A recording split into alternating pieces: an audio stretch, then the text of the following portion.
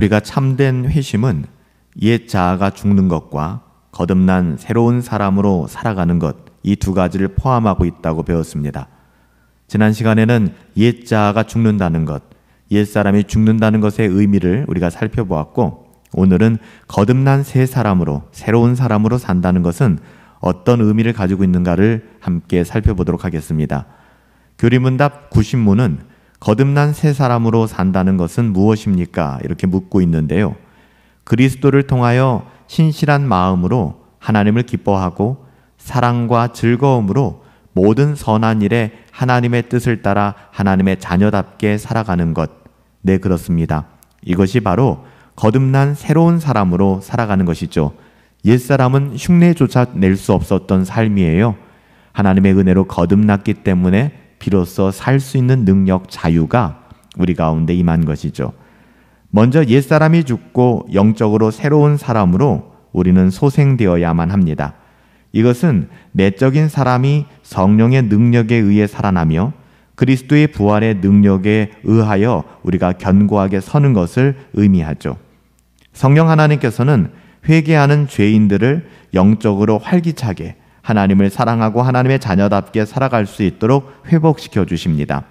그러니까 통회하는 죄인으로 하여금 실망 가운데, 낭망한 가운데, 자기 비판 가운데 인생을 망치도록 방치하시는 것이 아니라 그를 격려하시고 복음으로써 예수의 이름으로 다시 일으켜 세우시는 것이죠. 우리의 삶은 우리의 어떠함으로 해석되어서는 안 됩니다. 우리의 삶은 전적으로 하나님의 은혜로 해석되어야 하고요. 하나님의 은혜 때문에 우리는 살아갈 수 있는 것이지 우리의 어떠함 때문에 우리는 절망해서는 안 될 거예요. 예수님의 비유 중에 탕자의 비유는 통회하고 돌아오는 자의 영적인 과정을 너무나도 잘 보여주고 있습니다. 이러한 진정한 회개가 있어야 성령의 역사로 인한 일으킴, 다시 회복됨을 경험할 수 있게 되는 것이죠. 한편으로 통회하는 심령이 없다면, 가난하고 낮아진 심령이 없다면 그는 결코 회심으로 말미암아 새로운 생명의 기쁨을 맛볼 수 없을 것입니다. 따라서 아직 통회하는 상태에 이르지 않았다면, 겸손하고 낮아지고 가난한 마음이 내 안에 없다면 우리를 용서하시고 우리에게 은혜를 베풀어 주시는 주님을 우리는 아직 만나지 못한 것입니다. 그러기에 주의 은혜를 구하고 주의 은덕 가운데 내 영혼이 소생케 되기를 간절히 구하며 기도해야 하는 것이죠. 은혜를 갈망해야 되는 것입니다. 이사야서 57장 15절에는 지극히 존귀하며 영원히 거하시며 거룩하다 이름하는 이가 이같이 말씀하시되 내가 높고 거룩한 곳에 있으며 또한 통회하고 마음이 겸손한 자와 함께 있나니. 누구랑 함께 있는다고요?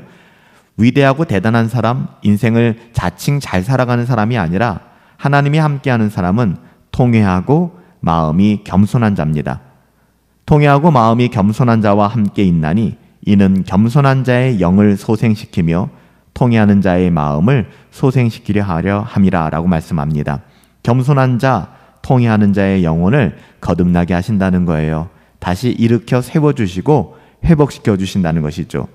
또한 이사야서 66장 2절에서도 나 여호와가 말하노라 내 손이 이 모든 것을 지었으므로 그들이 생겼느니라. 무릇 마음이 가난하고 심령이 통회하며 내 말을 듣고 떠는 자, 두려워하는 자죠. 그 사람은 내가 돌보겠다라고 말씀해 주셨습니다.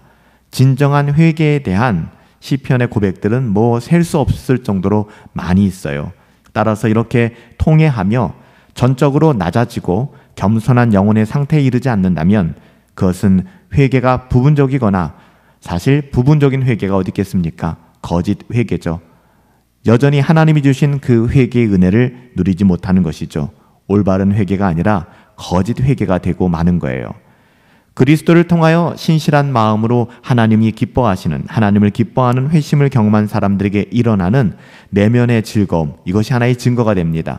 그래서 회개는 우울한 것이 아니라 우리의 영혼의 내적인 즐거움을 표현하게 되는 것이죠. 참으로 회개하는 자는 감사하게 되고요, 내적인 즐거움과 기쁨을 누리게 됩니다. 회심한 자는 하나님의 은혜로 인하여 기뻐하고 즐거워하게 되는 것이죠. 감사하게 되는 것이고, 하나님께서 자신의 죄를 용서해 주시고 받아주신 것에 대한 감사입니다. 그리스도를 통하여 영생을 베풀어 주신 은혜를 기뻐하는 것이죠. 회심한 사람은 자신의 과거에 너무나도 어리석었으며 자기 자신이 또한 영적으로 무지하였고 그에 따라 하나님을 대적했던 자신의 모습들이 너무나도 부끄럽지만 그럼에도 불구하고 그런 자기 자신을 받아주신 하나님의 은혜에 대하여 감사하고 기뻐하게 되는 것입니다. 또한 죄인을 용서하시고 받아주시는 삼위 하나님의 구속 사역과 그 지혜의 오묘함과 위대함으로 인하여 감격하고 기뻐하며 감사의 찬양을 올려드리게 되는 것입니다. 기쁨으로 가득 찬 마음과 함께 또 하나의 회심의 증거가 있는데요. 그것은 선한 일을 행하고자 하는 열망이 일어나는 거예요. 여기서 선한 일이라고 하는 것은 도덕적이고 윤리적이고 사회적으로 선한 일을 포함해서 하나님이 기뻐하시는 삶, 하나님의 자녀다운 삶을 살아가는 것을 의미합니다. 하나님의 자녀다운 삶을 살아가기를 열망하고 거룩을 추구하기에 또 경건한 삶을 살아가기를 우리가 간절히 원하게 된다는 것입니다. 이것이야말로 진정하고 신실한 회개의 증거입니다. 회심 전에는 하나님의 계명에 대한 관심이 1도 없었지만 회심한 이후에는 하나님의 계명을 지키려고 애쓰게 되죠. 회심하기 전에는 경건이라는 것 자체에 관심도 없었지만 나 자신만을 위해 살아갔지만 회심한 이후에는 경건이 무엇인지 알게 되고 경건을 추구하며 비록 우리는 완벽하게 경건할 수는 없죠. 완벽하게 경건하라고 말씀하지도 않습니다. 우리는 그런 능력이 없기 때문에 경건을 추구하는 것이 중요한 거예요. 경건을 추구하게 되고 거룩한 삶이 쉽습니까? 거룩한 삶이 쉽다라고 말하는 사람은 없을 거예요. 그럼에도 불구하고 거룩한 삶을 애쓰게 되는 것이죠. 하나님의 계명을 너무 사랑해서 그 계명을 사랑하게 되고 지키게 되는 것입니다.